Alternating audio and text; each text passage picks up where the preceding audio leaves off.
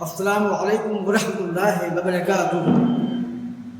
اعوذ باللہ من الشیطان الرجیم، بسم اللہ الرحمن الرحیم۔ قال اللہ تعالی فی الکتاب المجید والفرقان الحمید، کلوا واشربوا ولا تسرفوا ان اللہ لا يحب المسرفین۔ حضرات، اللہ تعالی اپنی مقدس کتاب میں ارشاد فرماتا ہے کہ کھاؤ اور پیو اور حد سے آگے نہ بڑھو، اور بے شک اللہ تعالی حد سے آگے بڑھنے والوں کو دوست نہیں رکھتا۔ آج میرا عنوان ہے نظام ہضم، انسان کا نظام ہضم یعنی ڈائجسٹو سسٹم، پاچن تنتر۔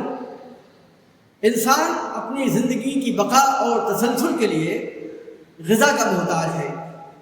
معقولات یعنی کھانے کی چیزیں اور مشروبات کا محتاج ہے۔ مشروبات سے مراد ہے پینے کی چیزیں۔ تو ان معقولات اور مشروبات پر اس کی زندگی موقوف ہے۔ اگر انسان غذا لینا بند کر دے، اس کی موت واقع ہو جائے، اور اگر غذا لینے میں توازن برقرار نہ رہے، سنتلن اور بیلنس نہ رہے، تو بھی زندگی اکارت ہو کے رہ جاتی ہے۔ دنیا بھر کی بدہضمی، ایسیڈیٹی اور دنیا بھر کی پریشانیاں جو ہے پیدا ہو جاتی ہیں۔ قرآن عظیم کی اس آیت شریفہ میں اللہ نے فرمایا کہ اے لوگوں، تم کھاؤ پیو اور حد سے آگے نہ بڑھو۔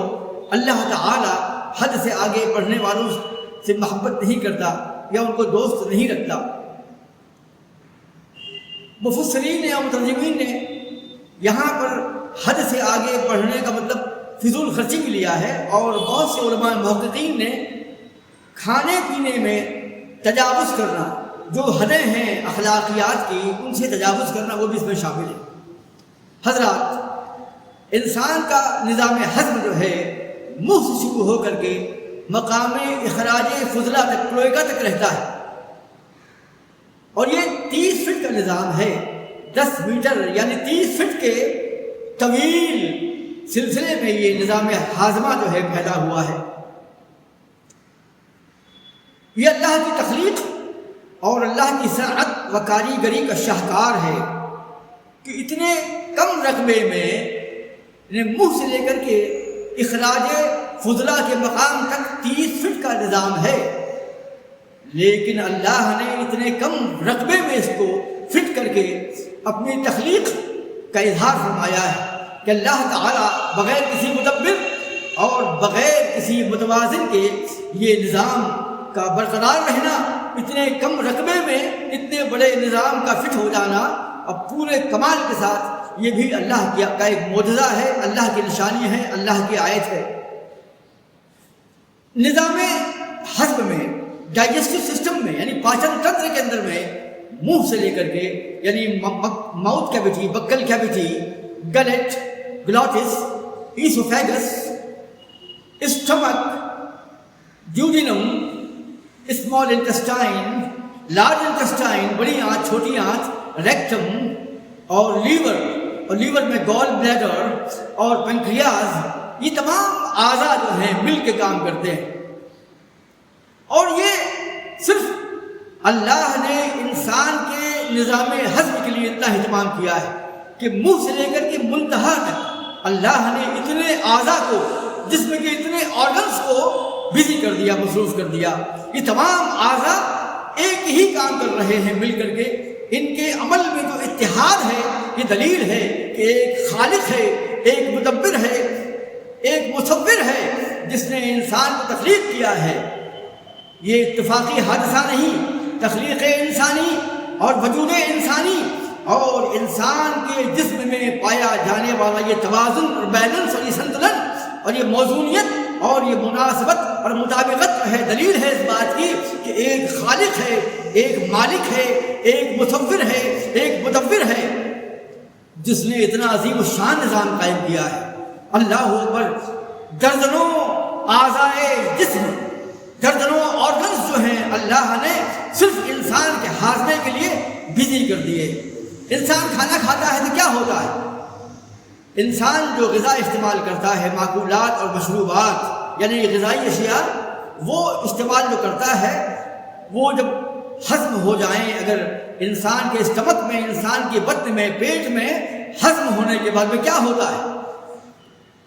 جو غذائی اشیاء اور جو مشروبات ہم استعمال کرتے ہیں وہ ہضم ہونے کے بعد میں انرجی میں تبدیل ہو جاتی ہے۔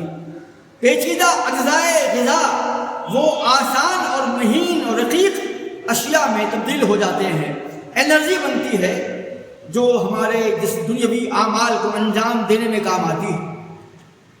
اور protein, starch, glucose, amino acid, carbohydrate, fat, یہ تمام اشیاء جو ہیں جو تیار ہوتی ہیں، یہ ہضم ہونے کے بعد میں خون میں مل کر کے جسم کے تمام اعضاء میں پہنچتی ہیں، اور ان تمام خلیات اور ان تمام کوشکاؤں اور ان تمام خلیات سیلز کا تغذیہ کرتی ہیں، ان کا نیوٹریشن کرتی ہیں، ان کا پوشن کرتی ہیں۔ انسان کے وجود کی بقا اور تسلسل کے پیش نظر اللہ نے اتنا عظیم الشان نظام جو ہے قائم فرمایا۔ یہ ثابت کرتا ہے کہ ایک مدبر اور ایک مصور، ایک خالق کائنات پس پردہ پس منظر میں کام کر رہا ہے، ورنہ اتنی موزونیت، اتنی مناسبت ممکن نہ تھی۔ اور آپ کیا سمجھتے ہیں؟ انسان کا نظام ہضم جو ہے، پاچن تنتر، ڈائجسٹو سسٹمز، اور اس میں جو ڈائجسٹو آرگنس ہیں، یہ تمام پاچن انگ جو ہیں، یہ تمام جو ہیں یہ مسلسل اور بےہم کار فرما ہیں، مسلسل کام کرتے رہتے ہیں۔ اور جس طریقے سے تیل کی ریفائنری ہوتی ہے، آئل ریفائنری، جہاں پر کروڈ آئل، کچا تیل جو ہے زمین سے نکلنے والا، اس کو جب ہم پروسیس کرتے ہیں بڑی بڑی فیکٹریوں میں، بڑی بڑی مشینوں میں، تو ہزاروں اسکوائر فٹ زمین درکار ہوتی ہے، کروڑوں روپے کی مشین درکار ہوتی ہے، بڑی بڑی مشینیں، بڑے بڑے آلات کا استعمال کرنا پڑتا ہے، اور ہزاروں لوگ وہاں کام کرتے ہیں، تب جا کر کچا تیل، کروڈ آئل وہ پروسیس کرتے ہیں، اور اس کے پروسیس کے بعد میں پیٹرول بنتا ہے، گیسولین بنتا ہے، ربڑ نکلتی ہے، اور گیسز نکلتی ہیں جو انسان کے کام آتی ہیں۔